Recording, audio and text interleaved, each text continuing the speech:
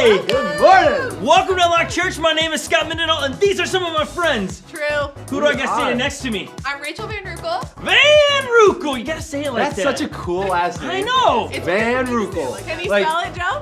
Van, V-A-N, like a van, like a minivan. Yeah. Yeah. And Wear then shoes. Rukel, Yeah. R-O-E-K-E-L. Yes! You are my friend! Oh! He wants a love high it when five! He people- wanted a high Oh, five! sorry, Wait a minute.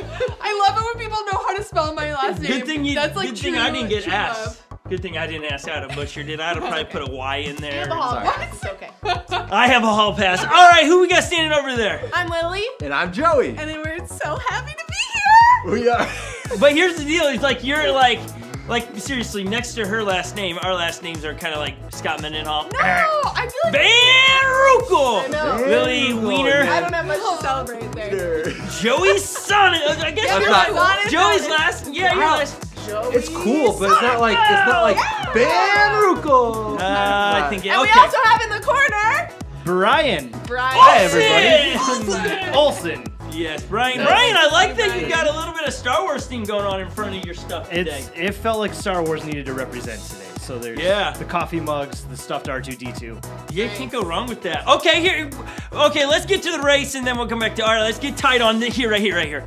Okay, you were in here for some of the discrepancies of Joey had an egg that was leaking, but it was leaking. It didn't smash. Should he have been eliminated? I feel like it's a technicality because What? Because how do we know that it was the intact egg that was leaking and not just one of like the? Because I saw it with my eyes. Thank I'm an you. eyewitness to what Thank took you. place.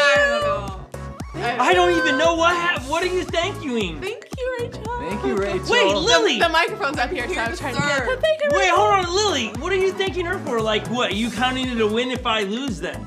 No, Yes, not at let's all. be No, honest. I just think that Joey won, and I saw you be defeated in celebrating my lack of defeat. celebration, Yeah, and then we celebrated, so it was like, it was just obvious. fair and The win square. was obvious. Okay, really here's what I do gotta point out to everyone is that it's painful for me to lose because they celebrate my loss. I don't celebrate when you guys lose. I celebrate my I wasn't win. celebrating your loss. I You was celebrate my losing. That's all perspective. That's your perspective. You're No, choosing it's how- all on My video. perspective is that I I'm love celebrating Joey's win. I'm not celebrating your loss. I want you You to win, are. Scott. No, you I don't. think you're amazing. I've I never love heard you watching cheer you when I win. win. I'm gonna cheer next time you Yeah, win. yeah, I from promise. starting now. We're starting gonna now. cheer next time you We're win. gonna probably not. Yeah, I'm thank you, gonna cheer. Joey. I'm gonna. You Probably have not. my word. Wait. I will cheer. Okay, we got I Brian. will in the- say congratulations. Yeah. I don't- like a I might have normal heard team. that once. Congratulations. Brian, Okay, but has Brian's Scott. back there laughing and having a good time at us. Brian, what do you think? The back and forth, the Scott always being the victim, although he does seem ganged up on. a lot, Thank you. That's so all I want. I don't need. I mean, the strategy from Joey and Lily for a while was this go get Scott. I never said that. You Joey said that did. a lot, Lily. Thank you. Oh my goodness. I don't remember. Yeah. I do remember that. It's I Selective apologize memory. for true. things I It's say kinda during true. the races. Well, I apologize for things I say during. He's the next pro, race. so he's got to. Yeah. Okay. Right. All right, Rachel. Your It closing is an thought. important consideration that when Lily had one left, she did go kamikaze on Scott and not on Joey. It's true. I do remember. Where he only had one egg left as well. It's like she even says it. Let's get Scott. Okay. We're glad that you're with us today. Thank you so much for hanging with us. We have so much fun in store. Did you know this, that we have groups of people, and maybe if you're not from Minnesota, we are, and then we have this global audience that watches from around the world, and we appreciate and enjoy having you with us. But Minnesotans tend to go south. They migrate, right? We all know this is the True. thing. Yep. People just, they go to It's Arizona called or Florida. They're snowbirds. Snowbirds. Yeah. And when I lived in Florida, you could tell the snowbirds because they were in the water this time of year. Locals never get into the water at Yes. this time of year. But we have this thing that we talk about: see a need, meet a need all the time here, right? Like, hey, if you see a need, meet the need. Yeah.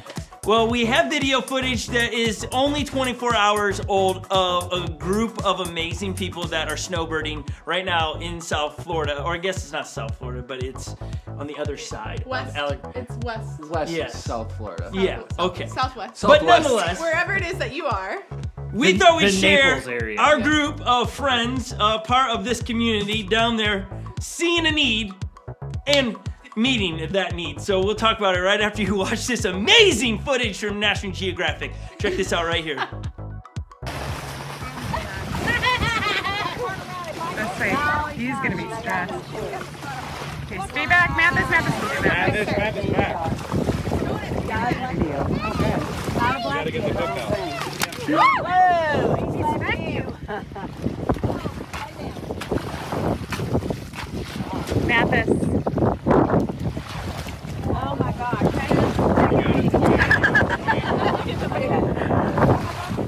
We're gonna video. You hold the camera. Stay here. Michael, can you grab Mathis?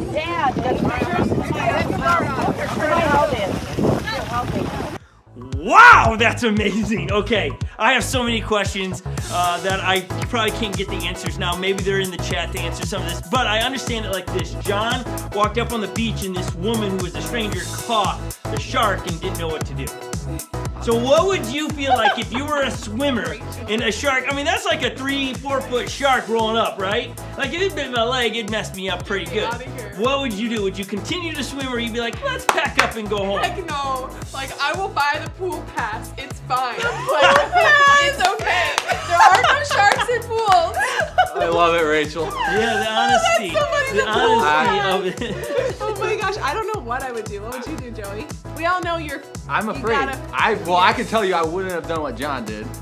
What would you have done? You John, just how let the did you lady know? go? I would have been like, whoa! Joey would have. No. Video!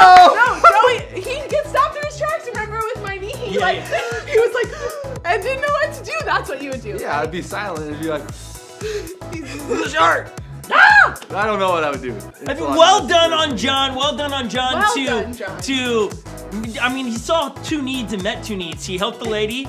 That the story is the lady's husband or significant other was gonna go on a charter boat to fish way offshore, and she's like, "I'll just fish here," and she catches a 3 to 4 foot shark. And then I don't know what happened for her husband, but then there's John rescuing the shark, getting the hook out. He didn't just cut the line, which somebody would do. He then, we never see it actually be released, but I'm assuming they released it right into. Brian, what's your thoughts? If that was you at that beach, would you get back in the water? I probably would, because I'm like, you're there to swim and be in the water. I'd probably go back. You in. get it. Yeah. Okay. Joey's still shaking his head. Not a Joey chance. disagrees. Joey, you're not doing it. No, I'm not. No, I'm actually going to Florida tomorrow, and I'm really debating on like whether it's a good idea to get in that water or not. Just get in the water. Joey did ask off camera. Now, why do the locals know? Are there sharks? Or like, what's going on? No, it's just locals know how cold the water is compared to the bath water it is in the summer. It's like 90-some degrees in the summer. Right now, it's in the 70s, and that's cold to the locals. It's just the way it is. So, we also, Joey, something great happened on Wednesday as well, correct? Absolutely. So what happened? Well, we have a student of ours who's like super. Let's get Joey on the camera. There you go. There we go. We have a student at the challenge that's like super talented, like can do like Irish dancing. Like actually one of our first challenges was like just a talent show, and she did like an Irish dance, dancing. and it was unbelievable. She's like, amazing. Super good. And so we have a video of her trying to teach Seth and I to Irish dance, and then we both do it, and it takes a turn. I will let you check out what that turn might be, but it's kind of ugly. So let's check out this video. It's so good, you'll get a good laugh. Hey. That's not basic, trust me. That's not basic. And then we can do some jumps if you like. This one is called a jump. I mean, across. Oh! Jeez, she's gonna kick the cameras over. Yeah. That was like 6 feet in the air. All right, impressive. Seth's turn. All right, Seth's turn. I'm gonna try. Here we go. Oh, yeah, hey, that's not bad. He seems like Michael Jackson in Yes, Seth. Okay, that's Okay, good. good. All right, thank you, Seth, for good. helping out. Seth, what other guy is up here doing this? Just saying. That was right here. Oh, he's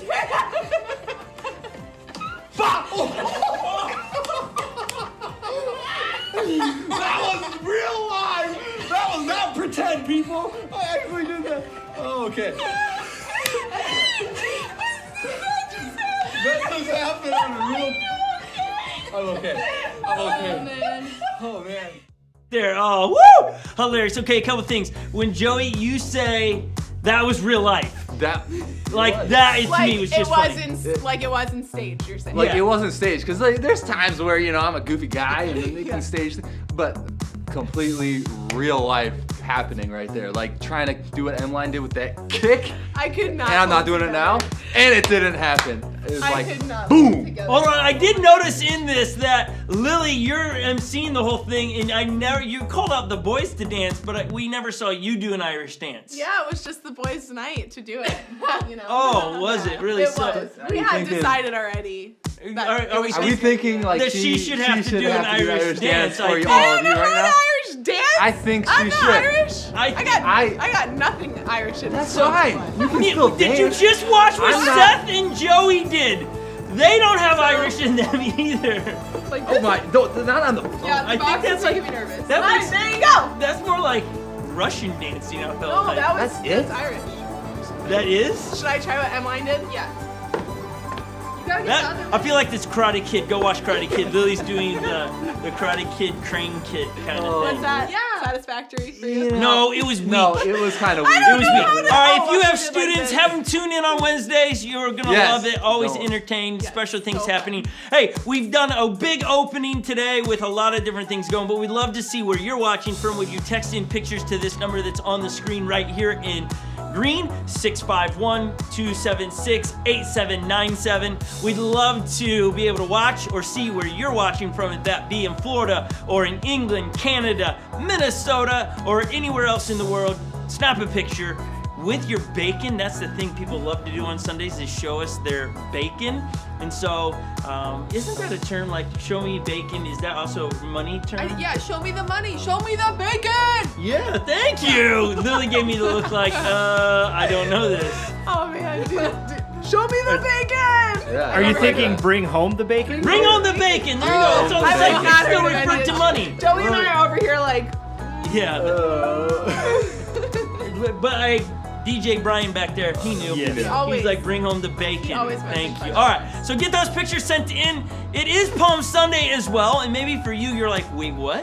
What is Palm Sunday? And we thought we'd show a video that would help educate you what Palm Sunday is. It's not show us your palms, all right? It's not that kind of day. We have a comical video that would kind of help us show you or teach you what Palm Sunday is. It is the Sunday before Easter, which we're pretty amped around here for the Easter season. So check out this video. I think you'll understand a little bit more about Palm Sunday. Enjoy.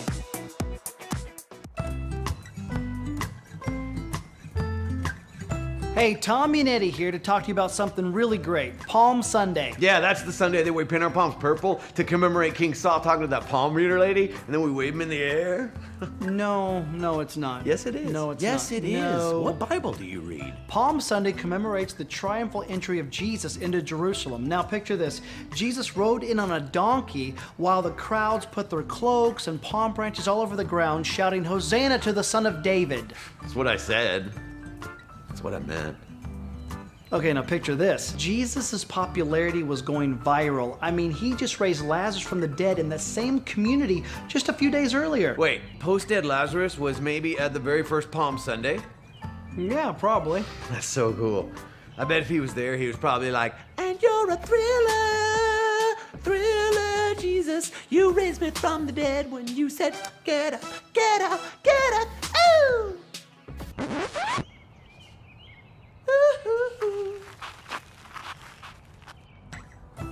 Now, to complete all of this, Jesus needed a donkey. Now, you'd think that a king or a prince would ride in on a horse, but not Jesus. He knew the message that he wanted to send. You see, a donkey represents peace. Anybody riding a donkey represented peaceful intentions. Yeah, it says right here in Matthew 21, it says that Jesus sent 2 of his disciples to get him a donkey. Yeah. Hey, I wonder which 2 he sent. Maybe Thomas. I doubt it. I bet he sent Andrew. Andrew would totally do that. And probably Tony. I bet he said Andrew and Tony. Tony's not a disciple. Oh, sorry. Tony is. Still not a disciple. What translation of the Bible do you read? Jesus needed a donkey, so he asked 2 disciples to go get him a donkey. He told them they would find one in town, tied there next to a colt. Yeah. And then he says, untie them and bring them to me. And if somebody asks you about it, you tell them the Lord needs them? Jeez. Yeah, what? Well, Jesus has told his disciples to go steal a donkey for him. What Bible do you read? It doesn't say that at all. I can't figure this out. I mean, Jesus, he changed water into wine. Cool. He fed the 4,000. He fed right? the 5,000. What? He fed the 5,000. It doesn't matter. It does matter, not the 4th, it's the 5,000. We're splitting hairs. I'm sorry. Jesus fed a large group of people, and that's cool. He healed people with leprosy. He raises Lazarus from the dead, and then boom, he's like, hey guys, go steal me a donkey. I'm just saying, I don't think that's very WWJD. The significance of Jesus riding in on a donkey, which he did not steal, was to fulfill the prophecy that is found in Zechariah 9:9. Yeah, but And the king riding in on a lowly donkey with his way paved with palm branches. The palm branches symbolize triumph or victory. The what? The palm branches. The branch. Palm branches, Palm Sunday. I thought it was the palm. They should call it Branch Sunday because that's confusing. We all have palms with us all the time. I feel bad. I'm sorry, Palm Sunday. Palm Sunday is a time for us to prepare our hearts for the agony of his passion and the joy of his resurrection. So this week, let's cover the road to the cross with our hearts, our souls, and our minds as we reflect on the final week of Jesus' life. And let's celebrate in anticipation the return of the King of Kings. I hope you got something out of that. It was pretty funny. Pretty funny to watch. Okay, we want to say good morning to those that are in the chat. If you're watching live on Sunday, you should jump over in the live chat. You can talk to a bunch of people and catch up with how things are doing. Like Noah from Canada, that dude's in there, always in there. So good to see you. Mary McClendon, always fun to have you in the chat. We have Kayla Lilly. She's just posting an emoji of a bacon. Makes my mouth water just to see the emoji. I don't know why it is. Bacon! Bring on the bacon! We have Karen from Alaska in here. We have Sarah Wheeler. We have Emmeline. We have Troy. We have Ginny Adams. Potato.0XD. Daniele. Good morning. We're so amped to have you. Joanne from South Africa. Dude ordered a hoodie this week and said it was his most expensive hoodie, but we're stoked you ordered it. Thanks for doing that. Okay, so many more in the chat. Thanks for being there. We want to throw some pictures up for you to see where you're watching or who's watching where all over the world. So we're stoked on this. Let's throw up some of those pictures if we can. Let's get them up on the screen. Let's see who's watching today. Hey, the Wheelers! That's a great picture. That is. The Huskies. Love I it. love it. You guys look great. I love that. Oh, the gang. That's the is gang great. with Dwayne and Elizabeth's Marshall, crew and nice. Haley. Nice. Okay. Woo! Love Ooh, it. that is looking- That is That tasty. is French French toast. toast. I had a dream about French toast Yum. this week. What would you dream about French It toast? just Dude, tell sounded us. so Oh, there's good. the- Look at the Florida Hey, there's the crew. Florida crew right there, I the love rescuers of sharks. Yes, that's a Amazing. great picture of you all. John, bro, sun tan lotion on your head. It looks painful. Oh my goodness. You guys are looking so good. Good morning. Good morning from the girls. Daniels. Daniel. Bacon, Daniel. eggs, and hash browns. Oh my gosh, I just got so hungry. Come looks on. That looks so good. Only That's thing making my missing mouth is- water. Kaylee, Hey, Kaylee. You are such a boss. Love Look it. at her hat. Think- You're Yeah. amazing, Is she Kaylee. one-wheeling right I now? love that girl. Oh my What, god. what is she doing there is the She question. teaches me so much. Vernon's. every week. Making some eggs. Aw, It is hi, that week. Kayla. Better color eggs. And Cooper. I suck at coloring eggs, You just to be probably honest. don't. I do. They always look better in my head. Ooh, that looks delicious. Breakfast. Cookies and muffins. Lots Oh of wait, sweets. that's here, guys. Yeah, That's Oh, just on the other wow. side of the. I'm gonna go get one. Yum. Be right back. Yeah, yeah. Oh, Legend and Epic. Epic in studio Epic today. looking so serious. Epic cut his hair. He wanted the world to see it. That was his debut right there. Hey, love thank it. you for everybody Looks sending the pictures. The food pictures, seriously. I had just I know, the I'm smoothie hungry. this morning, and now it's making my stomach. I want some of that. Need some bacon. Okay, but let's get to the egg thing really quick. Seriously. Back to the egg. Yeah, no, not the race. Oh, the no. coloring of eggs. Oh yeah, let's hear it. Why do you think that? No, in my mind, I want them to look like the box, and they never do. Well, Like, how do they make it where colors don't leak into the other color? you gotta be really You good. gotta at be, it. I think, very careful. You know? Yeah, that's good. Like very real deep and thoughtful there, Joey, but I don't know if it's just about being careful because I tried about everything. Holding it in, make a contraption. I think they're lying on the cover of the boxes. It could be photoshopped. I'm thinking it I'm is, thinking Brian. it is. So here's what we do. We know how to use Photoshop, so paint your eggs, and then for Easter, I will gift you a Photoshopped version of them. No, Yeah. I don't want that. I know. great. That's And you just can be like, "Look at what I did." Speaking of Easter, man, you do not miss an outdoor live event Yes. for those that are here in Minnesota, or you can drive here, get on a plane. We don't, Come but on be over. here. We're gonna be outside. It's gonna be so cool. This will be our first live service in over a year, so we're stoked on it. Here's the image. Awesome. You need to text the number for a location. We're not giving the address out to the world, so get the you can bring your friends, your family. It's gonna be outside. It's gonna be amazing, but it is bring your own lawn chair. Bring your own chair. Should they bring your own anything chair. else? If you like, it's at 11:30, so if you want to bring a lunch of yourself for yourself, you can. But bring a chair. Bring a chair blanket, for you, sit your on. family, a blanket. It's supposed to be beautiful, It's gonna be beautiful. right? Yeah, like It's like 68 70 degrees. degrees. Let's go. Look, yes. Rachel's saying 68 degrees, so I believe her. I'm so Let's go. excited. She doesn't want me to lose all the time, so I can believe Rachel. Now, if Lily and Joey were to say, I'd have to question. Wow, Are they I feel like our friendships are being compromised because of I think he's just coming at us a little bit because I think that it's a one-wheel race, so Is we it a gotta be. Come on, tactic? do He's you using- want me to Because win? it's making me feel like I need to shrink back and like not. I want Oh to win. my God. I want to. And so, I want to win these races. This whole tactic isn't So, yeah, gonna I'm work. Out of here. I Okay. can separate this from my friendship with you, Scott. All right. Maybe. Okay. I don't know. I'm kind of emotional, so maybe not. Okay, wonderful. Lily, the people are raving about your pants. Would you like to tell them where you got those? Thank you. These are from Burton. There you go. Okay, we're gonna shift gears and no longer talking about eggs, one-wheel races and stuff. We're pretty stoked about today's topic. We are, again, this is Palm Sunday, so we're stoked about just the events that happened this week. Though it is surrounded by tragedy, it is also put an exclamation point at the end of it with this triumph over death. And so this is a pretty cool week for those that are followers of Jesus, and we're stoked about Easter. So, man, honestly, make plans to be with us. We'll be online for our one-wheel race at 10. We'll do a quick 10-15 minute conversation on this channel, and then we'll be live outside. So get on a plane, find yourself here. It's gonna be awesome. It's gonna be a good Sunday. Next week, bring your friends. Those that are in Florida, get on a plane and get back home. I'm just telling you, get home. Okay, that said, watch this video. It makes the shift and reminds us that, man, the importance of this week. So check this out, and then we're gonna get into, I think it's the 5th sign that we've been talking about. So enjoy this video right here.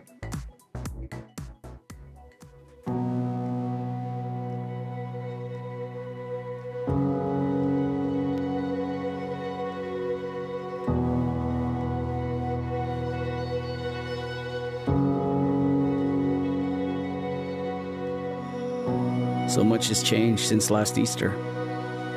The world has been shaken. Life has been disrupted. What we once called normal seems like it may never return.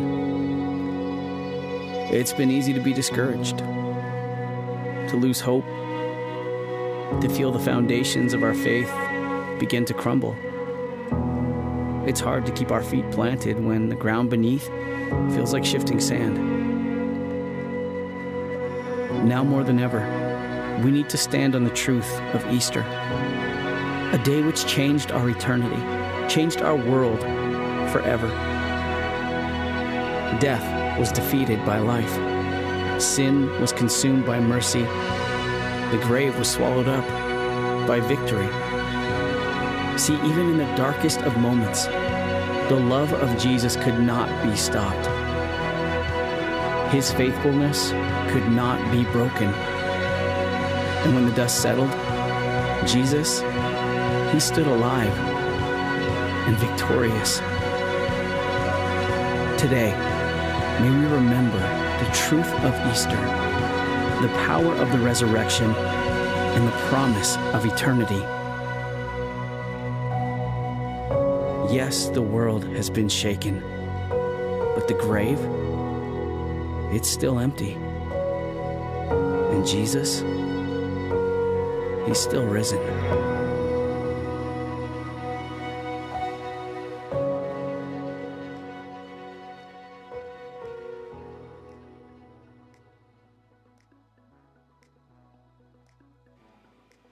Love that verse right at the end there. We're going to shift gears now. Again, on this channel, we want to make you smile, give you a chance to escape from your week, but also point you to what is Jesus saying to you and what are you going to do about it. That's a question for you to answer, not me to answer for you. What is Jesus saying to you and what are you going to do about it? So as you listen over the next few moments, treat it like a podcast if you want, but hear some words today, not from me, but from perhaps God speaking to you, and then ask the question, what is Jesus saying to me today and what am I going to do about it? Because that's the key. Don't just hear today.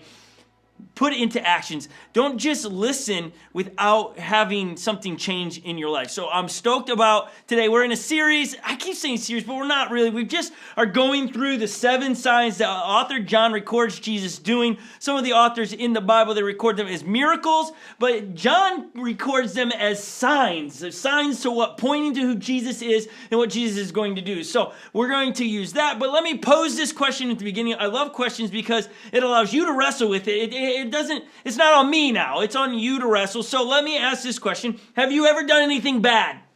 Have you done anything bad like lately, okay? Like I know you're like, wait, am I going to have to write that in the chat? If you want to, I thought since I'm asking the question, I would share one of my bad moments that I did that actually I look back, is bad but hilarious all at the same time.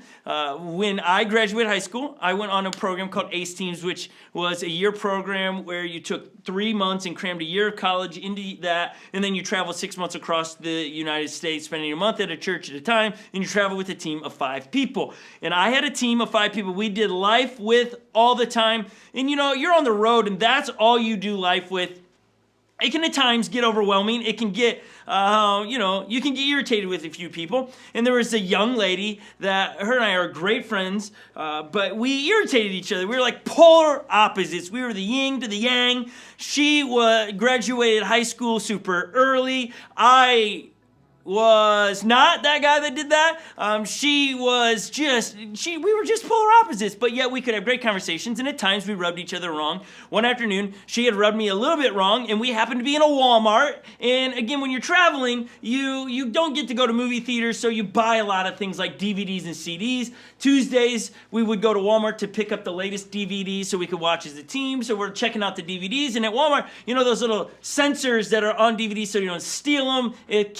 Maybe some of you young people are going, what's a DVD, Mom? Just Google it. It's before you could digitally download things. But we were standing there, and all of a sudden, the sensor came off, the security tag came off, and into my hand, and I was like, ooh, what do I do with this? Like, most people probably, I'll just put it back on the DVD, but it's like, what possibly could I do that would be hilarious? And so my friend was standing next to me, and I took the tag, and I put it on the inside of the bottom of her shorts. Now, the shorts she's wearing is not what we see ladies wearing today. They're really short shorts, the Daisy Dukes. We're not talking about that kind of shorts. We're talking about shorts down to her knees. So I just squeezed it up in there, and I continued on my shopping experience at Walmart. I went and purchased what I needed to purchase. She was following me, and as we came up to the registers, I was like, oh, I'm going to go over here because I didn't want to be anywhere close to what I thought was about to happen. So she goes to her line, purchases her stuff. I'm waiting in my line to finish my transaction, and then she continues to go out the door, and on her way out the door, the alarms go off. Alarm goes off. I don't know if I've ever been there. Everything shuts down. Everyone stops and watches. And I see what's happening, and I know what's happening. I'm laughing on the inside, but on the outside, I'm just stoic because I didn't want to be, I didn't want her to know that I had anything to do with it. I watch what's happening. They go, oh, something must be in your bag. So they take the bag from her. They check. Oh, nope, you're good. Send her back through without her bag. It goes off again. Lights go off. Doors close. It's just this intense moment. No one's moving. They send her back through like 3 or 4 times, and the same things keep happening while I know why it's going off because of that DVD sensor that is on her shorts, okay? Now you're seeing it, right? It's funny, but it's also, I did a bad thing. And so it goes on a couple more times, and eventually they say to her, hey, we're going to have to take you to the back, and we're going to have to strip search you because obviously it's on you somewhere, like you're hiding something in you. And so they begin to walk her down down towards the security office in the back of Walmart, wherever that is. And I got to finish the purchasing of my items, and I walked out, and we kind of pass each other real slow. If it was a movie, it'd be in slow motion where I turned and glanced at her. She turns and glances at me. It was a moment for me to right a wrong. It was a moment for me to go, I know what's going wrong. But I thought at this point, holy crap, if I admit this, I would be in trouble for tampering with security systems, and I didn't want that kind of thing. So I just like gave her the glance, slow motion, like she knew what I knew, and we just continued to walk. I got to the van. A couple minutes later, she comes out. She flings the side of the van door open. She comes and she's punching me. See, I am a victim. She punched me. I'm a statistic. I'm abused. No, I'm just messing. So she comes in really amped, okay? She is just amped. Why would you do that? And what happened on her way? Because some of you are like, you let her get back to being strip shirts? No. As she was walking, the tag slipped down enough for the guys to see it dangling by the end of her shorts, and they're like, hey, what is that?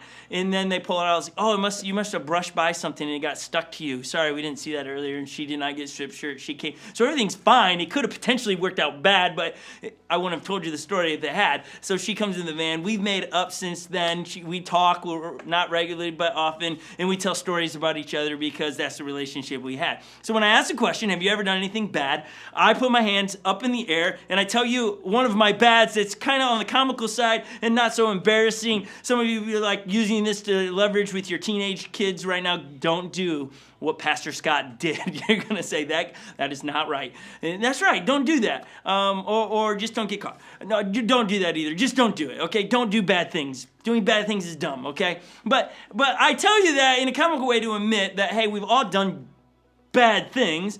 And the ones that we don't want to mention are the really bad things or the really embarrassing things. That story, it's borderline. It's like, okay, that isn't how you treat people.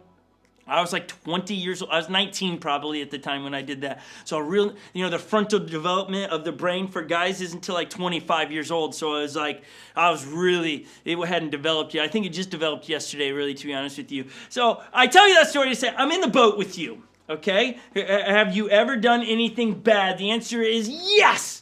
I'll answer it for you. That's just a fun story to get us started. Have you ever said or thought something that was bad? Okay, that's a fair question. Yes, the answer is yes. I have said bad things. Yes, I have thought bad things. Have you ever said and thought this? Like, for real, have you ever, this right here, God, give me a sign, if we can get on this shot here, Abijah.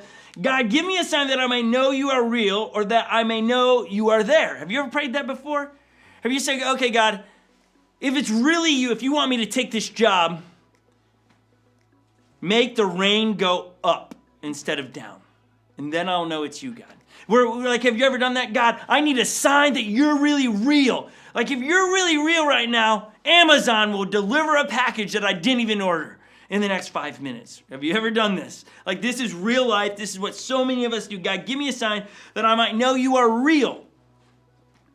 Okay, now think about this. I think that God is in everything and everywhere at all times. He's in the sunrises and the sunsets, in the storms, in the lightning, in the snowfall. I love nature because it reminds me of who God is and how he created everything. And sometimes we forget. I think we get so, it's this, that the uncommon things become common.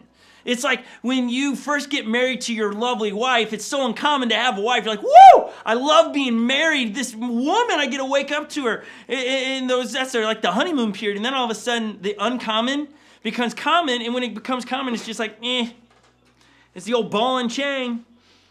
Oh, it's just, my wife isn't a fan. All of a sudden we speak negatively of things that we once would hold in reverence in this context of like, wow, I get to be married to her. We've got to be careful to not let the uncommon things become common because that's dangerous. What are things in your life that were once uncommon for you? Maybe it was a car you drove. Maybe it was the friends you had, and now you just treat it as it's just common. Uncommon things moving to common is dangerous because we lose the respect that we once had for it. And I think that's true of when we look at God and his bigness and what he's created, is that we look around and, man, God is in everything, but it becomes common because we wake up to the sun and the sun sets, and it's just like, oh, I'm not that wild anymore because I follow people on Instagram and they take better sunrise pictures of sunsets than me, and like we get disgusted by our environment, where I just love the beauty of every season, everywhere I am in life. I get to see God in everything, but I think just occasionally, once in a while, we get used to it. We grow used to seeing God. And I'm sure God is like, wait, what? You don't think the sunrise is enough for you? You don't think that the sunset and the beauty of the hues in the air, sky is not enough to remind you that I am here? Well, how about this one? And I wrote it in here because I didn't want to mess this up. It was like God's like, wait, like you want me to create a rock large enough for you to live on and fine-tune everything about it and everything around it so it sustains life and stands in stark contrast to all the other floating rocks in the universe. Is that what you want? Or how about this? Again, this is God, I think, to us when he's like, you want me to do what to prove I'm a real? How about a 576 megapixel camera? Oh, by the way, if you want to know, is that a lot? Yeah, like the cameras that we are using, these Sony A7 IIIs here, like the megapixel camera part, the picture taking is like 15, 16 megapixels. So think about this, a 576 megapixel camera. How about I give you 2 of them and put them in the front of your head? And how about I connect them to a 3,000 gigahertz computer with enough memory for you to pass knowledge down from generation after generation after generation? Not enough still to know that God is real and that he is alive and doing great things. How about this one? While I read this sentence, before I finish this sentence, 50,000 cells in your body are going to die and be replaced by new ones before I even finish this sentence. That just happened. And we're not wowed yet. We want more. We're like, yeah, that's cool, God. That's cool, like, great, yeah. We got this rock suspended in the middle of space, and that's good that it spins right. If it was spinning just a little bit faster, we'd all thrown off this thing. Well, that's cool. That's cool that you gave me these eyes that, like, are the megapixels. Is amazing. Like, that's cool, God, great. But no, I want something really spectacular, God. I want something, wow me, God. I want something that would be memorable, not the sunrises or sets I've seen. I want something that would really, really make me want to make a post about it. Like, get on Instagram and post, what did God do for me lately? Think about it like this. God created a species of self-healers. Our brains and our bodies can fight off so many things. Like, it can. Like, yeah, we get colds, but our body can heal that. I always think about like this. One of my favorite X-Men, maybe you're with me, is Wolverine. I love Wolverine because of his ability to heal so fast. But then I really think about it.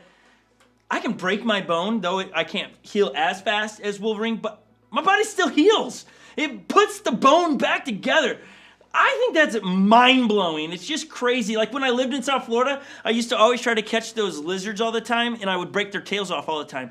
But their tails would grow back. To me, that's just amazing. To me, those things point to God. And when I can give God credit of things, it reminds me that he's there and he hasn't forgotten about me. And today's 5th sign that John records in his book called John, Matthew, Mark, Luke, and John are the Gospels, or the four first books of the Gospel. John records these signs, these miracles that Jesus performed, not to perform for just laughs and giggles, but to point us to something, to get us to think.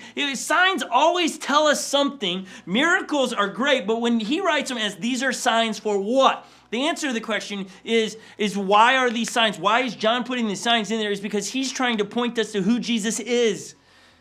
It's a sign of us to learn who Jesus is. And so as we read these things over the last few weeks, and if you're just jumping in today, you really should go back and fast forward to the teaching parts because, man, we've dropped a lot of knowledge on these 7 signs. They're all lead up to Easter. I think next week we had the next couple signs, and we're going to just have to skip them. You're going to have to read them on your own because we're right to the Easter story because these all lead up to Easter. But when you follow the Jesus story that John records in Matthew, Mark, and Luke also, they record Jesus like, if you have a map, it's just going to be like this squiggly lines from Judea to Galilee, just up, south, and north, east, and west, back and forth. And he's just doing these straight lines, zigzagging around sometimes to different cities. But he would come down to Jerusalem, to Judea. He'd stay there for a little while, he'd turn it up, and then the pressure would come from the religious leaders, and he would be like, oh, it's time to get out of here. Let's head back north. Let's go to the villages and preach and teach a little bit, and then we'll come back down to Judea, and then when we get into the hot waters, we'll leave a little bit because my time's not yet. My time's not really yet for me to be arrested or to stand trial yet, so let's go back north. Let's go to safety. And think about it, his disciples going, oh my gosh, we're going back to Jerusalem. Last time we were there, they tried to kill all of us. When they're swinging pointed objects at you, Jesus, and they miss, they're getting really close to my face, Jesus. Can we not go there? Let's go to the Sea of Galilee. I like that place better. I'm a former fisherman. I'm really safe on water. But when you want to go down to Jerusalem, whoo, it gets hot. I don't want to do that. And so we just journey with Jesus going up and down, left and right, always doing these signs to point to who he was. And today, we're jumping into, if you have like an old school paperback version Bible, like probably your grandparents do, like because most of us are all digital. Like I know Rachel Van Rukel, who's up here, she talks about how she doesn't like digital books because she likes the smell of the pages. I've never really smelt a book before, but she says these things. She likes the smell of, and she's shaking her head. Yes, people are looking at her like, is she for real? Yeah, she does. And maybe that's you. And so you have paperback version of your Bible. It would have headers. Like when you get to these digital forms, they don't naturally have the headers in them. But the fifth sign is healing of the blind man. That's what it would be labeled in the Gospel of John. When we talk about the gospel, you hear me say that, that's a very churchy word. Gospel means good news. Gospel is telling of the good news of who Jesus is. The good news is Jesus. I remember reading books, and I remember when I was in college, somebody, a professor, this must be a thing for professors to do in Bible colleges, is to put on the chalkboard or a dry erase board or whatever it is and ask a question, explain the gospel. What is the gospel? And it's been funny every time I've either read books or even sitting in class, people are explaining it but never using the word Jesus in it, which is like mind-blowing. The simple answer to the gospel is the good news of Jesus. It's the account of Jesus, our Messiah. If you just say the good news is just the story of Jesus, it's the good news of the hope in Jesus. Good news is equal to Jesus. So here we go with the gospel is the good news. Okay, so we're all caught up what's going on. They're going back down to Judea where you get in hot water. He's going to get in hot water. If you want to follow along in John chapter 9, verse 1, and we're going to go through a lot today. Here, let's put up the verse and we'll start. As he went along, he saw a man blind from birth. His disciples asked him, Rabbi, who sinned, this man or his parents? That's why he was born blind. Okay, I've taught on this before.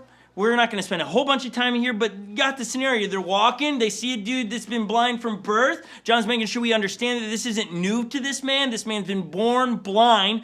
And in those days, they always tied sin to what you did, right? Like, or it could be tied to your parents. What did they do? Not tied sin. They tied pain, suffering to sin. They tied the blindness to, okay, if he was born blind, his mom or dad must have sinned for him to be blind. That's how they saw it. That's how they processed life. The religious leaders, when they would see someone that was born with an ailment, they would go, your parents did something. Their sins are attached to you. That's why you are blind. That's why you are lame from birth, because of what your parents did. That's just how they viewed it. Could you imagine growing up in a society that based on what your parents did and your ailment was because of sin or because God was trying to punish you? Can you imagine that kind of environment, what it would create for you as a follower going, hold on, so anything bad that happened to me is attached to me being a sinner. Now, we all do know this. We all know that, like, I want to make sure that we understand that we all understand that disobedience does have consequences. That I'm not trying to erase.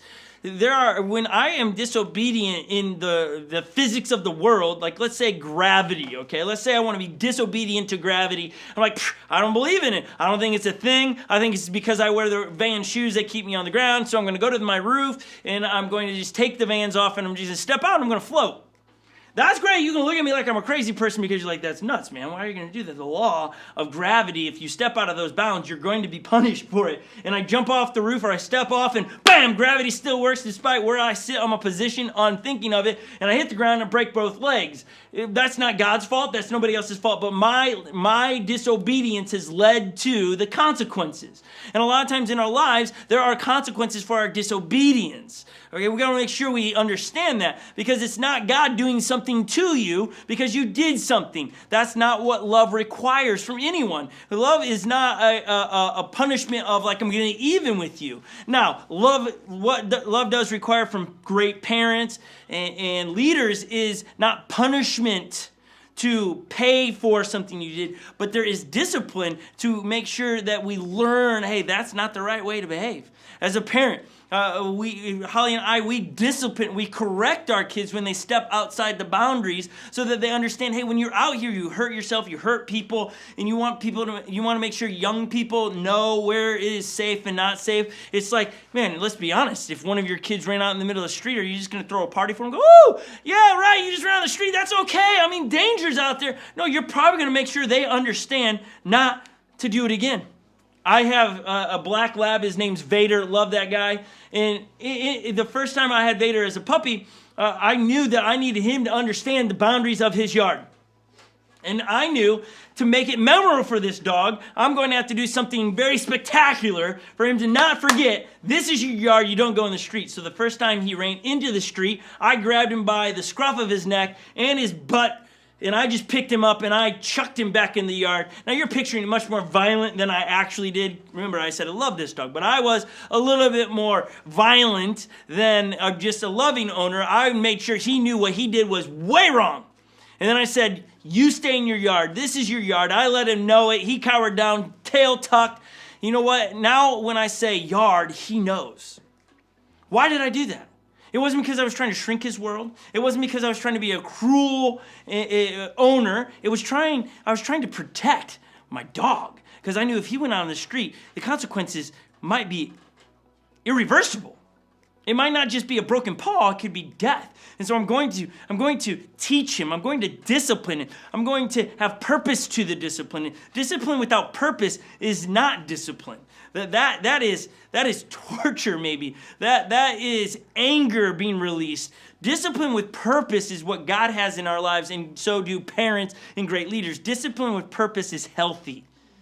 Without purpose, you're not disciplining any longer. You are taking your vengeance out at times. You are releasing anger at times. It's just not a healthy place to be. So here we have man born blind in a society that says when you sin, it attaches to your pain. It's equal.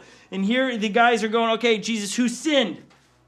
And they go on, I wrote it like this to make sure you know that sometimes our behavior results in suffering, right? And we also know that sometimes we suffer because of other people's behavior.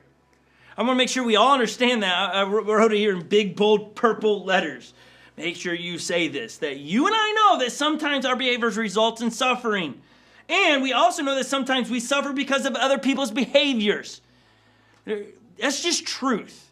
And we're going to try to point fingers at it. You know, you watched me do it earlier today about the egg race, pointing fingers at, oh, Joey, your egg's leaking and all these things. What am I doing? I'm pointing fingers at Joey that it's his fault that I lost. But really, that's what human nature does. It's so easy to do that because that's just human nature, is that we want to be able to explain the pain or the loss or those things. But sometimes our behavior results in suffering. When this happens, it's usually obvious, but when it's not obviously, as Jesus is about to point out, there is no connection. Okay, it's obvious when you can see the results of my behavior. Okay, I can see that, okay? But when it's not, what do? And Jesus is about to shift their mind, the way they think, with what he says next. Because they think it's the man has sinned or the parents have sinned. And Jesus goes in John chapter 9, verse 3. Neither this man nor the parents sinned, said Jesus. Now their minds are blown at this point because this is like, wait, hold up. We've not thought of this before. We only think that it's equal, that somebody had sinned. Jesus is pointing out to them that their thinking was wrong. Jesus is creating a new category for us, but he's also pointing out, hey, your and my thinking could be wrong at times. Before we have an encounter with Jesus, we were thinking this direction, and when we find Jesus, we should begin to shift the way we think through pain and suffering, the way we think about people we don't like, or the way we think and the way we watch movies. Just all things should shift in our lives when we find Jesus. Jesus should enter into our lives, and then our thinking should shift to be more like Jesus. If you're still thinking the old way, then you haven't encountered Jesus fully, and I would invite you back into a relationship with Jesus where you would go, okay, Jesus, am I thinking correct on all things? Because we've got to have moments where Jesus shows up and goes, hold on, I'm about to teach you something new. The way you were thinking of old is old. I have something new for you. Just like he did to the disciples here. Your thinking's wrong. I'm going to shift it a little bit. I'm going to create a new category. So author John continues to record, but this happened so that. Jesus says this happened so that. Jesus teaches here and other places in the Bible that pain can have purpose and a divine purpose. Jesus is about to bring a flashlight on. Okay, I'm going to show you. I'm going to show you what I'm about to do here. I'm going to bring a bright light. I'm going to expose some truth here for you. And maybe today you've not heard this before, but I'm going to expose it to you. May you allow your mind to be transformed. I'm going to point it out really quick. That you thought that sin was equal to pain and suffering, that was always equal. I'm about to blow your mind. But this has happened so that the works of God might be displayed in him. So that the works of God might be displayed in him. Why did this happen? So that God can show up and show off. God can do big things. That God can be pointed to. That someone will go, look at what God has done in my life. You looking for a sign? Find people that their faith isn't rocked when they're going through trials and pain and suffering. That's a big thing. God's showing up in their lives. Whoa, that should make your faith increase. Maybe you already know somebody that's like that. They're always excited and joyful no matter what's going on in their life. That's God working in their life. That's God still real. And you should be able to see that going, that's God. That's amazing. Why did this happen? Why was this person born born blind from the beginning? Why? Why are young kids born missing things or things not working correctly? I don't know. I don't have that answer. But what I do know is that when I am looking for those answers, I've got to be quickly reminded, God, what are you trying to do? What are you teaching me? What do you want to show me? What do you want to show to the world? Because God's megaphone is through pain. God gets our attention if we will turn our attention to it. It doesn't mean God creates the pain, but a lot of times that's the megaphone for God going, I want to do something in you and through you. Sometimes God chooses to display his power on the platform or the stage of our pain and suffering. It's like this week, if you guys read our church email, you might have read that, in my household, it's been a crazy 2 weeks. Holly was pregnant and she lost baby number 10, which is not fun. It doesn't matter how many kids you have. Losing a baby is never fun. It's a process. It's a messy process. It takes a long time for the whole process to be complete, and it's just not exciting. And then I get a doctor report that I've always had high blood pressure and we can't get it under control all of a sudden, and now cholesterol. And the doctor just looked at me and said, hey, it's just genetics, man. You are a very healthy person. There's not much more you can do because you already eat right. It's like, you're screwed, Scott. I don't want to say it like that, but that's what the doctor's probably, it's like, hey, good luck, buddy. They give me a percentage of a heart attack in 10 years. They're like, right now, with just that cholesterol level, it's 2% heart attack in 10 years. But you have high blood pressure, so it's a little bit higher than that. Don't want to alarm you or anything, but hey, it's like, whoa! You know what I'm saying? It's like, whoa, God, what are you doing? My life, what are you doing in my life? There's a lot of pain and stuff. God, what are you? Did I do something? Like, naturally, human response is, God, what have I done? Where did I mess up? Are you trying to get me back on track? Or, God, are you going to use this to do something? I thought about not giving these details out, especially on YouTube, because you don't know who's what. But here's, at the end of the day, man, the more people that know the isms and the pains I'm fighting through, the more people can see God at work in my life when I choose to rest on him and walk through my pain and suffering with God in my life, not going, God, I'm angry at you. God, I run all the time. Why? Well, it would be so easy to slip into a mindset of, God, why not the drug dealers this? Or the people that do really bad things in life? Why? I don't, because at the end of the day, God's trying to teach all of us a new category. I want to show up and show off. And so I'm walking around with the mindset of I am a walking future miracle. I don't know when that's going to take place. I will walk into the doctor's office and like, holy crap, we got to get you off this drugs for your high blood pressure and all of these things so that because the numbers are all leveling out, they're too low, like you don't need this stuff because why? When she was saying it's genetics to me, I'm saying, well, this is a great opportunity for God to show up and show off because science can't do anything. Can't fix it. And so, obviously, I'm trying to fix it by eating right, better, like cutting out all kinds of crazy stuff, like just pretty much chicken and salad. That's my life. Don't tempt me with bacon any longer. No. But I don't know why it's going on. I thought, man, I was doing everything right. I thought running all the miles that I do every week would be healthy for me. And it just, hey, it's genetics, but it doesn't mean I'm defined by that. I'm still a son of God, and God has a plan, and I can't wait for him to show up and show off. And so after God said, or Jesus says to him, okay, look, this happened, that God, the works of God might be displayed in him because I'm going to do something that you didn't even imagine or you can't see. And so Jesus then turns to the crowd like I turn to this camera and says, okay, I'm going to talk to you now, people.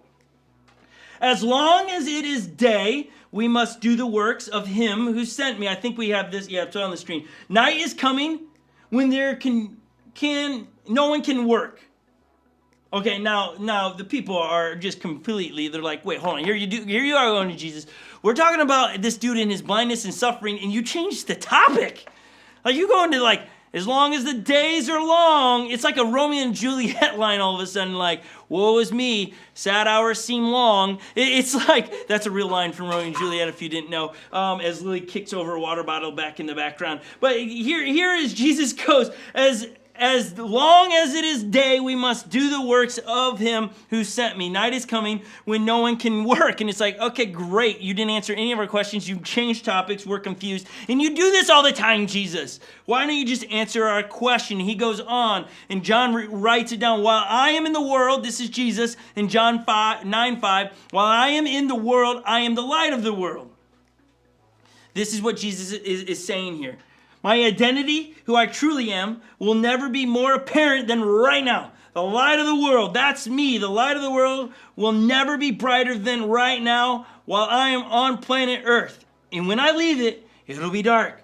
So watch me, believe me, learn from me. That's what Jesus is saying right now, okay? It's not really a shift in topics. He's trying to say, hold on, what I'm about to do, I want you to watch, I want you to learn, and I want you to follow me. It's an invitation for us today as we read these things from eyewitness accounts from John, who was there. This isn't made up in a galaxy far, far away. This is real eyewitness accounts, a credible source. We've spent weeks proving that. And Jesus is saying, now listen, what I'm about to do, I want you to watch me, believe me, and learn from me. John chapter 9, verse 6. After saying this, he spit on the ground, made some mud with saliva, and put it on the man's eyes. Now hold on for a second. I'm pretty sure the disciples are going, hold up, Jesus, we don't do that, okay? We don't spit and make mud, and then we don't do that. Like think about the blind man, like eyes closed for a second, you got to be going, what is happening? Like you can't see anything. You just know somebody just spit a loogie on the ground. You might hear the splitting, the kneading of mud. And then I don't read here where Jesus says, all right, blind man, I'm about to put some mud on your face. You just feel this moist substance coming in your eyes. Like what would you be doing, right? Like, oh, that's cool. Jesus just spit on my face. It's all right. Like, does this guy even know who Jesus is? Like, this guy doesn't actually know Jesus. He just knows rumors of Jesus. He's heard of who Jesus is, but he doesn't know Jesus yet. His encounter is happening in real time as we read this. And so Jesus spits, kneads some mud, and puts it on his eyes. Goes on, Jesus says, go, he told him, wash in the pool. So that the man went and washed and came home seeing. Okay. Seriously, did Jesus even ask this dude, hey, do you care if I spit in your face? Hey, do you want to get healed? Jesus didn't ask if it's okay with him. Jesus just did it. Because Jesus knew what this was going to do. This man, people had seen him born blind. They've seen him. Oh yeah, that's That's blind Jimmy right there. He's been blind since birth. He walks around with his cane all day. Jimmy's blind, man. Good guy. He's amazing what he can do blind. It's like there's just all these stories of like amazing things that blind Jimmy can do. And if your name is Jimmy and you're blind, I'm not talking about you, but I'm sorry, okay? Show us videos of what you can do. And so we get back into where the man went. He went and did what Jesus said, and then he went home and he was seen. And this is John's foreshadowing again to you and to me. The blind man was sent away walking by faith and not by sight. Literally. He hadn't been healed yet. He just got spit on and then was sent to clean it and then went home seeing. He walked by faith he had not seen yet.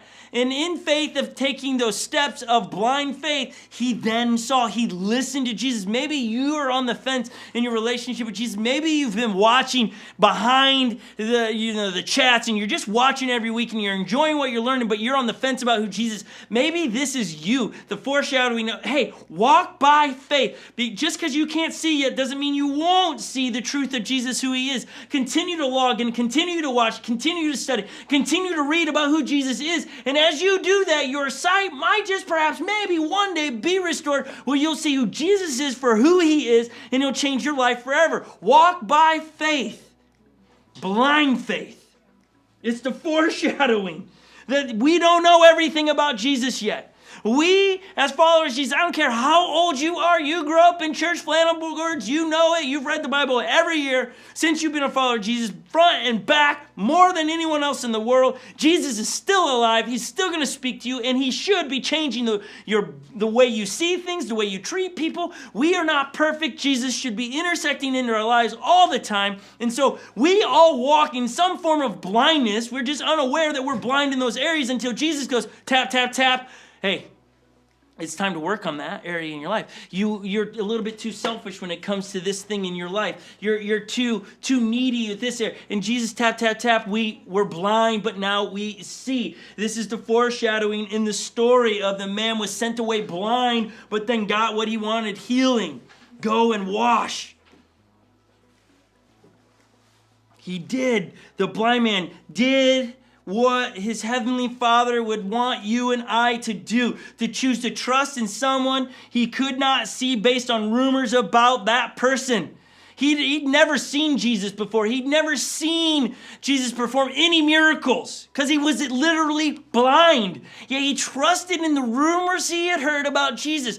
You might have grown up in church. You might have heard us speaking on truths of Jesus. May you trust those. May you walk by faith. May you attach to those. Just like this man did.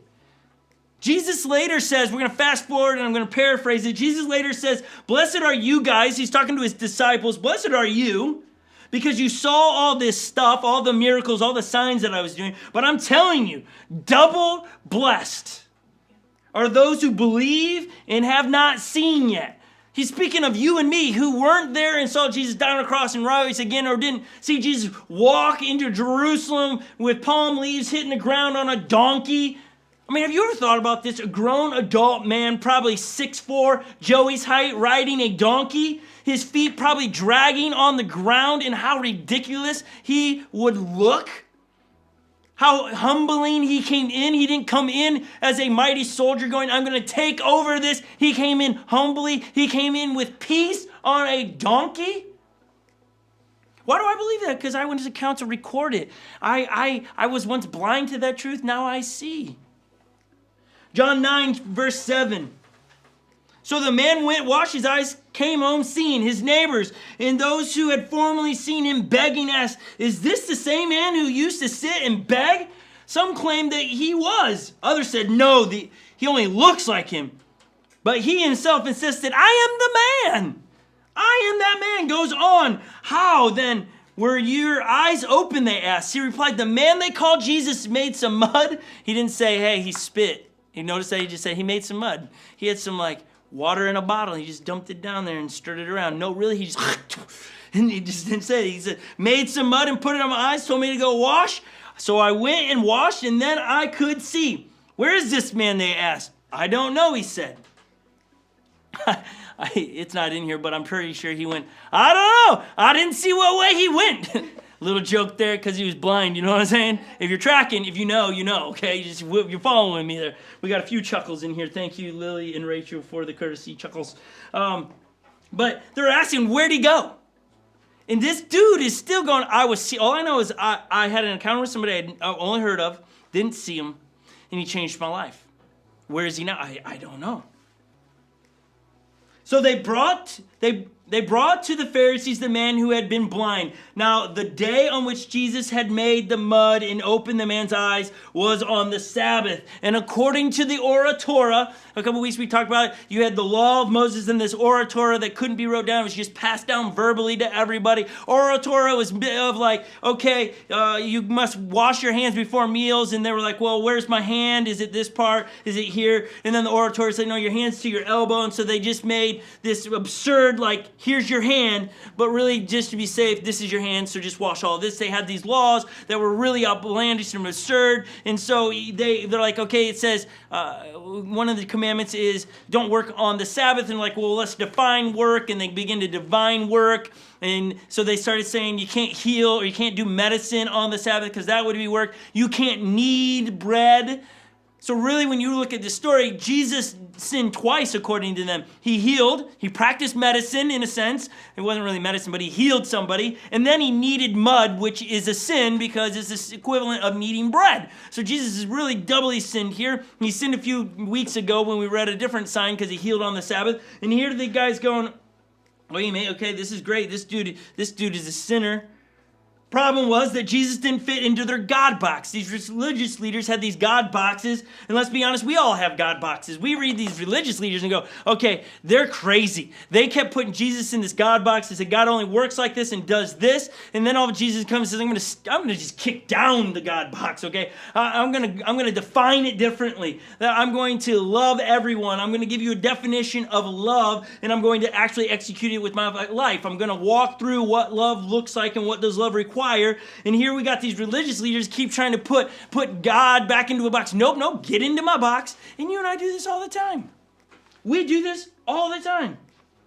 Back to the story in John 9:16. But the others asked, how can a sinner perform such signs? So they were divided, and they turned again to the blind man. What have you to say about him?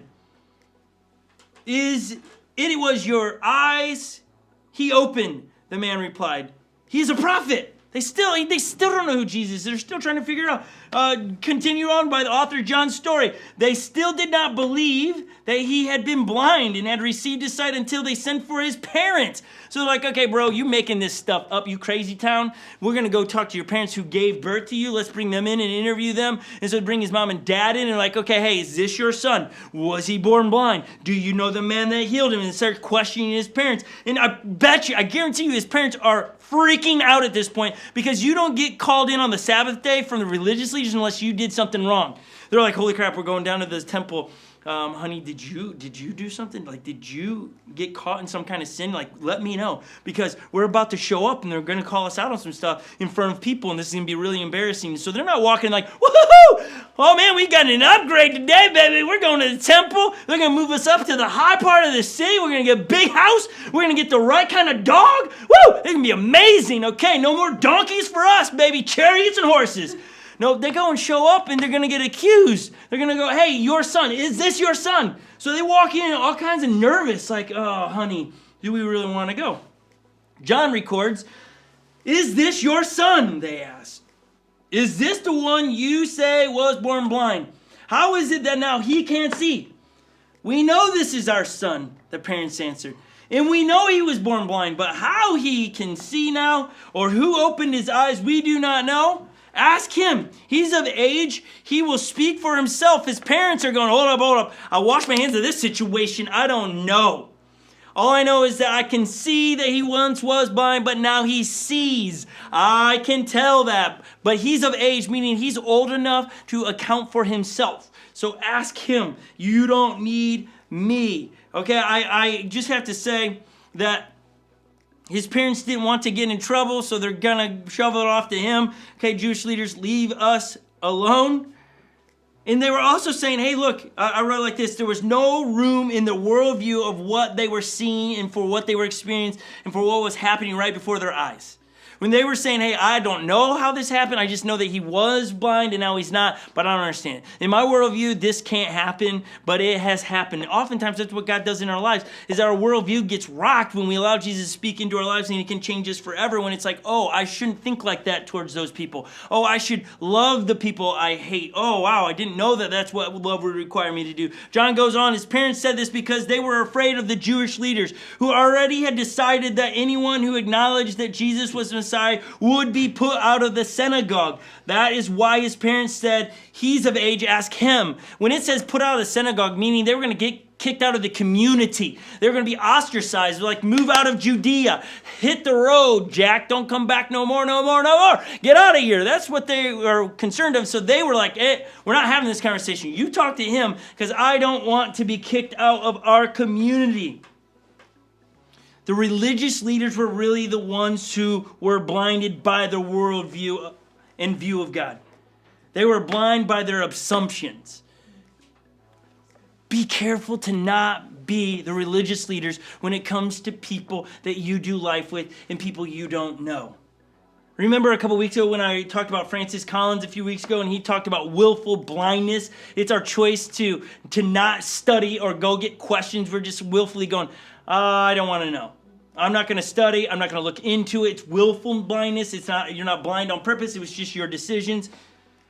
John goes on a second time. They summoned the man who had been blind. Give glory to God for telling the truth, they said. We know this man is a sinner, he replied. Whether he is a sinner or not, I do not know. Okay, so look at the religious leaders like, okay, blind man who once was blind, but now you can see. Listen, just put it back into our box. Give credit to God, not to Jesus. Give credit to God, who we believe, okay, just say that. And this is the man's deal is like, because then they start saying, we know that this man, Jesus, is a sinner, they replied. And he says, well, whether he's a sinner or not, I do not know. I don't know if he sinned. I know that I was once blind, but now I can't see. And here's the deal. Here's the deal. I do not know. The good news is, neither do you. I wrote it like this man is saying, I don't know everything. I don't understand everything. But here's the thing. I don't have to understand everything to believe something. I don't have to be able to explain everything to believe what's right before my eyes. I don't have to know how everything will work out and why it worked out to know that something has happened. I don't need all of that to believe. And the good news is neither do you or I. Maybe this is where some of you are hung up. You're trying to prove all of it before you step in. You want to understand everything before you believe anything. But let's be honest. That principle, that's not in every area in our life. It's just not. It's an excuse when it comes to being a follower of Jesus because of our background or what we might say. Think about it. If it was true, then you would be able to, do you believe in love? Can you explain love? No. Love, we talk everybody around here. What's love? Ooh. It's the warm, fuzzy feeling you get. I mean, it depends on how old you are, right? You talk to Greatness, who's a 5-year-old, he will tell you what love is. Oh, I love grasshoppers. I love my Imaginext. That's love to him. Stuff. You talk to a 13-year-old legend, what is love? He's just going to laugh. He's going to be like that. You talk to a 13-year-old girl, you're going to get something way different. I love boys. All moms and dads that have teenage girls going, I don't want to hear that. Okay, do you believe in energy? I know you can't explain it. I believe in energy. I mean, it's powering everything, but can I explain how the energy acts? There's conductors and there's these metal components that takes this water turbine thing that spins around. No, I have no idea. And some of you're smart enough that you can explain that, but go back to love and explain that one then, right? Do you believe in consciousness? Can you explain that? Yeah, I believe I'm conscious. Can I explain it? It's when you're walking around and you can think. It's just like, how do you really explain it, consciousness to someone? But do you believe in information? Do you? Okay. Do you use information? Can you explain information? It's so hard, right? It was like Lily in the office the other day when I was thinking about this, like, hey, Lily, explain CrossFit Open 21.3 without using the open. And she was like, she just was like, she was fumbling everywhere. She's like, she believes in it. She knows what it was. She could not explain it without using it. It's like that. All of these things we believe, but we're not carrying the same principles that we have had, or the same principles that we're holding to the Jesus principle. We're not holding it into the other areas in our life. We got to stop doing that. Some of you want to come back to Jesus, but your brain just won't let you. And Jesus is inviting you into a relationship by baby stepping you back, and he'll teach you as you go. You don't have to know it all. He'll reveal to you as you go. And the story continues. He replied, whether he is a sinner or not, I do not know. One thing I do know, I was blind, now I see. Favorite non-Jesus statement in the Bible right there. I was once blind and now I see. That is me. That should be you. I was once blind to the truth of who Jesus is, but now I see. Come on, for millions of us, this is our story of following Jesus. I was once blind, now I see. Then they asked him, what did he do to you? How did he open your eyes? He's answered, I've told you this already, and you did not listen. Why do you want to hear it again? So the blind man, previously known as the blind man, is getting frustrated. Do you want me to become his disciple too? Then they hurled insults at him and said, you are his followers. You are this fellow's disciple.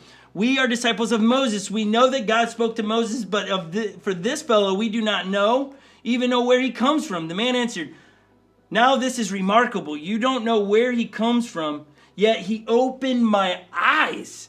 He's like, listen to me. He's trying to say, listen, the proof is in what he just did. Your eyes should be open to what he just did. This is a sign pointing to who he is. Stop asking me or trying to put this guy into a box. You're trying to say, we know God spoke to Moses, but this guy we do not know. It's that willful blindness. They're refusing to look. They're refusing to see what can be seen, refusing to discover what can be discovered, being too afraid to turn around and peer beyond what they already know and into the unknown. So, are you the religious leader who had what a person had an encounter with God looks like?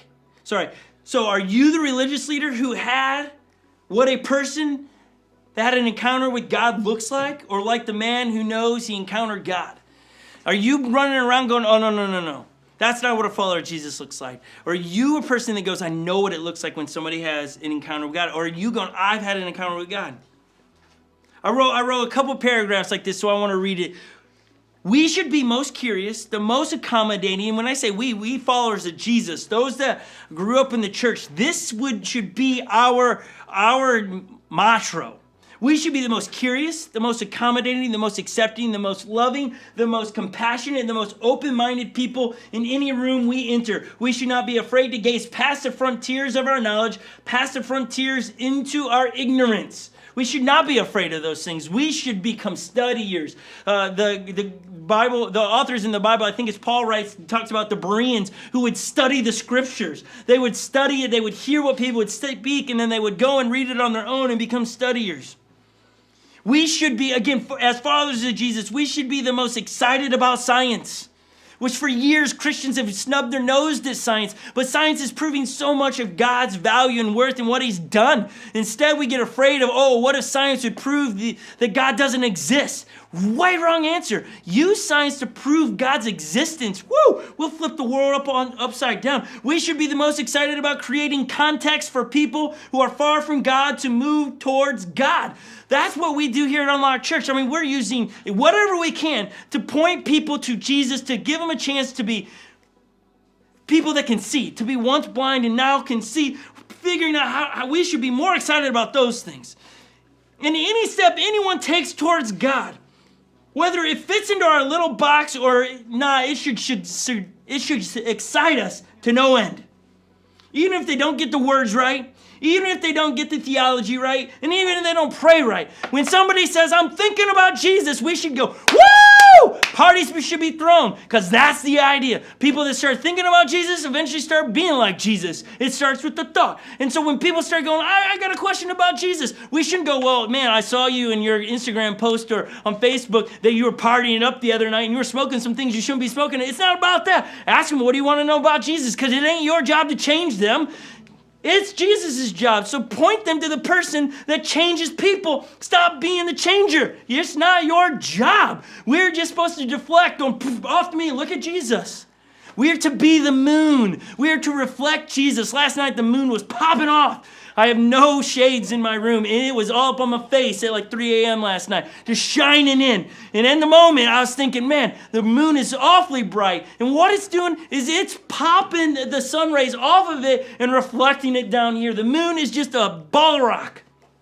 But it looks amazing because of the sun shining on it. What will make you amazing is the sun shining off of you. And I'm not talking about S-U-N. I'm talking S-O-N, God's one and only Son who died on a cross and rose again. We're going to celebrate it next week. And as Jesus walks into the city, as we celebrate Palm Sunday, we are celebrating Jesus doing what he did so that the blind could see. Now, to those who are not followers of Jesus yet, this is your invitation. Can you see? Are you okay with your willful blindness? And to those that are followers of Jesus, is it possible, maybe just possible, that you are putting God in a box? That God could never use your circumstance for his glory?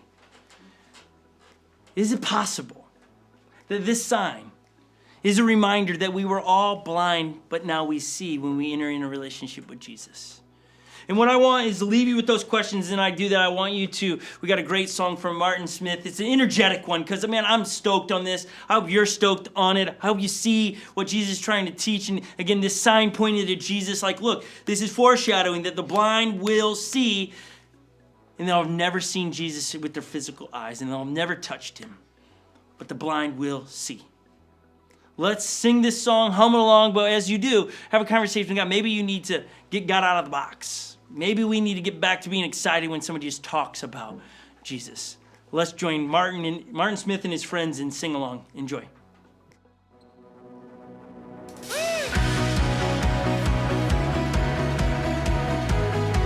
Hey. Welcome everybody.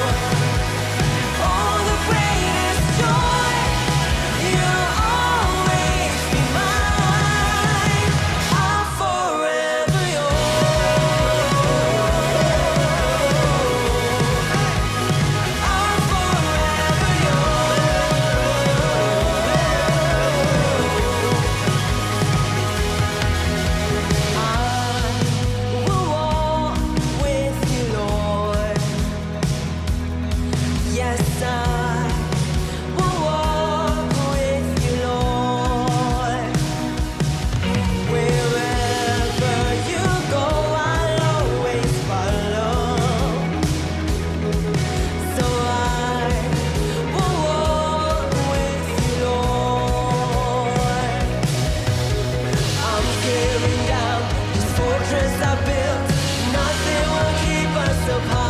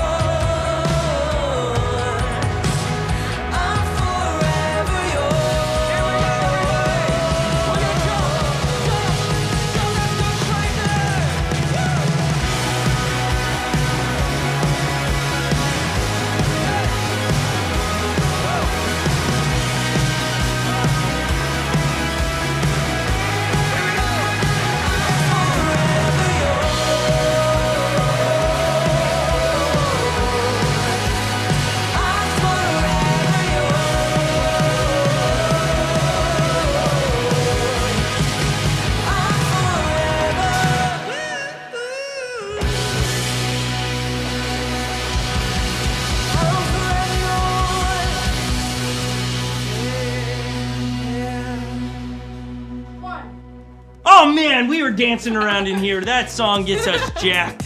Like that song. Hey, that is from Martin Smith. I don't actually know who sings the actual, like who wrote it. Brian, do you know? I don't know. We have no idea. Sorry. It was awesome. It's a good song though. Thank you everybody hanging with us. We are loving hanging with you. Me and my friends and the crew that's in the studio today. Thank you for everybody. We do want to give you a chance to be faithful with your tithes and offering. And this is between you and God. And we appreciate all of those who are being generous in your giving. You can do that with, this is going to go on the screen right here. I'll give you a number. You can text the word unlock to 77977 and it'll walk you through how to give. Again, we teach on this all the time, but we don't want to do it every week. And so if you feel so inclined to give and help partner with us to spread the gospel around the world, thank you. And thank you for your generosity and your obedience. We have a lot of upcoming events, which really, number one is next week, Easter. Yes, we hope to see you. We will be there. Live. Bring your whole family. Great. If you want to bring your neighbors and your friends, bring them. It's an outside-only event. Come with your friends and family, your neighbor, I was going to say your dog. Don't bring your dog. I would love that, but if everyone brings their dogs, then it's just chaos. And so, maybe someday. But come, don't come alone. Bring heaps of people. We're gonna put it on the screen one more time. You gotta text the number to get the address, because we're not putting the address on YouTube for everybody to just be able to Google search wherever that is. And so, show up. We got the number on there twice, but you can do that. It's gonna be Easter outside. There's gonna be a view of the lake. It should be a beautiful Sunday. It's gonna be so amazing. So come, bring food if you'd like, because it is at 11:30 Central Time. Okay, and then we have kids on this week. We have students on Wednesdays. Yes. We have small groups going this week, or do they wrap up? Last week of small groups. Last week of small groups this week. So and you can go to unlockchurch.com and go to the digital small groups to get that. Am I forgetting anything else? I think you covered it, man. You have covered Great so job. much today, Scott. It was awesome. Yes. We were so amped. Like, I was like, I- Joey, are you hearing this right now? This is so good. The deflection thing, I'm like, oh my gosh. Like we're the moon. I'm gonna listen to it again. Let's go. All right then. Okay, guys, have a great Sunday. I think that's it from us here in the tundra of Minnesota. We love every one of you. Have an amazing afternoon. This one is? Oh,